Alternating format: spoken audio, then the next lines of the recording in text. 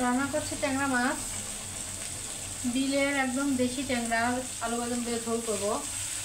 এখানে ভাজনা তুলে নিচ্ছি, পেঁয়াজ আর কাঁচামরিচ ভেজে নিচ্ছি। এটা বেটে তরকারিতে দেবো। এটা বেটে তরকারিতে দিলে তরকারিটা খেতে অসম্ভব টেস্ট হয়। এই জন্য আমরা সবসময় চেষ্টা করি, আর শুধু আমি না, আমাদের পাবনার সবাই এভাবেই রান্না করে, মানে পেঁয়াজ মাছটা ভেজে বেটে দেয়। এটাকে আমাদের এলাকাতে বলে ভাজনা বাটা। এই ভাজনা বাটা দিলে তরকারিটা খেতে খুব মজা হয়। এই জন্য আমি এই যে ভাজনা তুলে দিচ্ছি।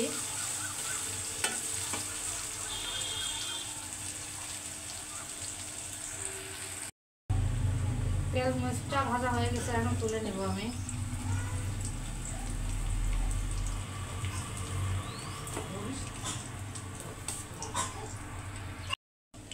দিয়ে দিচ্ছি ধুয়ে রাখা আলু বেগুন।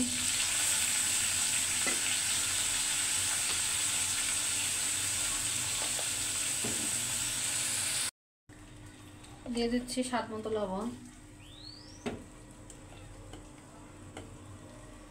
হাফ চামচ ধনিয়ার গুঁড়া,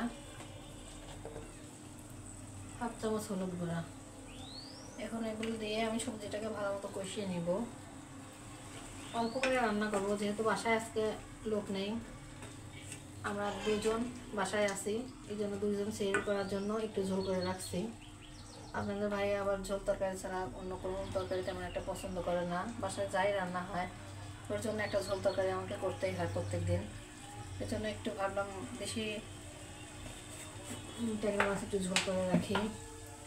আর গেস্ট নাকি আল্লাহ তাআলার রহমত, তো আল্লাহ তাআলার রহমতে আমার পুরা রোজার মাসে আমার বাসায় গেস্ট, এটা অনেকেই পায় না। আল্লাহর কাছে অশেষ শুকরিয়া জানাই এই কারণেই যে আল্লাহ আমার বাসায় অনেক গেস্ট পাঠায়। তো এই যে তরকারিটা এখন সুন্দর মতো কষিয়ে নেব। সুন্দর মতো কষানো হয়ে গেলে আমি বেটে রাখা, ভেজে রাখা পেঁয়াজ আর কাঁচামরিচ বাটা দিব। তরকারিটা তো সবজিটা যখন হাফ সিদ্ধ হয়ে যাবে তখন আমি দিয়ে দেবো জিরা বাটা আর মাছগুলো দিয়ে দেবো। ততক্ষণে আমার সঙ্গে থাকুন। এই তো আমার সবজিগুলো সিদ্ধ হয়ে গেছে, এখন আমি দিয়ে দিচ্ছি।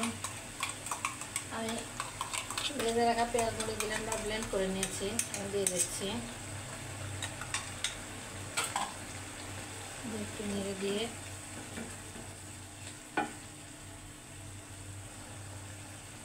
দিচ্ছি আমি হাফ চামচ জিরা বাটা, জিরা গুঁড়া বাটা, যেটা ইচ্ছা দিতে পারেন, কোনো সমস্যা নাই। বাটা দিলেও কোনো সমস্যা নাই। আমি গুঁড়াটাই বেশি খাই। এটা দিয়ে নেড়ে এখন মাছগুলো দিয়ে দেবো।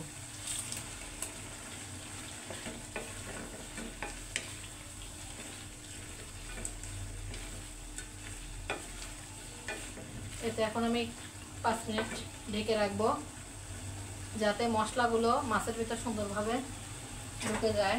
এই কারণে আমি 5 মিনিট ঢেকে রাখবো। ঢেকে রেখে আমি ঝোল দিয়ে দেবো।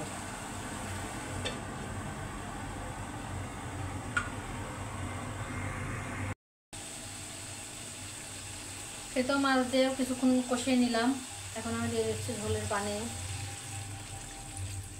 খুব একটা আমি ঝোলও রাখবো না, যেহেতু শুধু সেরি করার জন্য 2 জন মানুষ, এই জন্য অল্পই ঝোল রাখবো।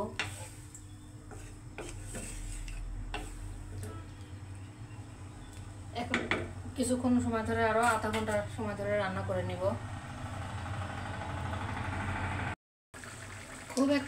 খুব একটা ঝোল নেই, ঝোল শুকিয়ে আসছে। এখন আমি আর একটু জিরা গুঁড়া দিয়ে নামিয়ে নেব। নামানোর আগে জিরা গুঁড়া দিলে যেমন অন্যরকম একটা ফ্লেভার হয়, তেমন খেতেও অসম্ভব টেস্ট হয়।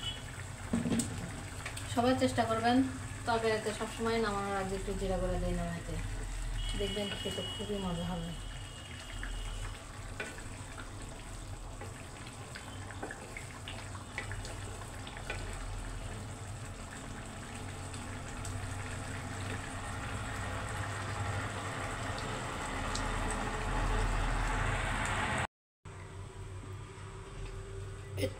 এই তো রান্নাটি হয়ে গেছে, দেখুন। আমি কিন্তু খুব একটা ঝোল রাখিনি, অল্পই রাখছি। তো রান্নাটি ভালো লেগে থাকলে এইভাবে রান্না করে খেয়ে দেখবেন। আশা করছি অনেক ভালো লাগবে।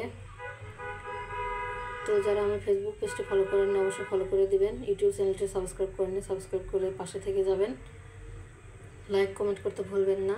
সবাইকে ধন্যবাদ জানিয়ে আজকের মতো বিদায় নিচ্ছি। আল্লাহ হাফেজ।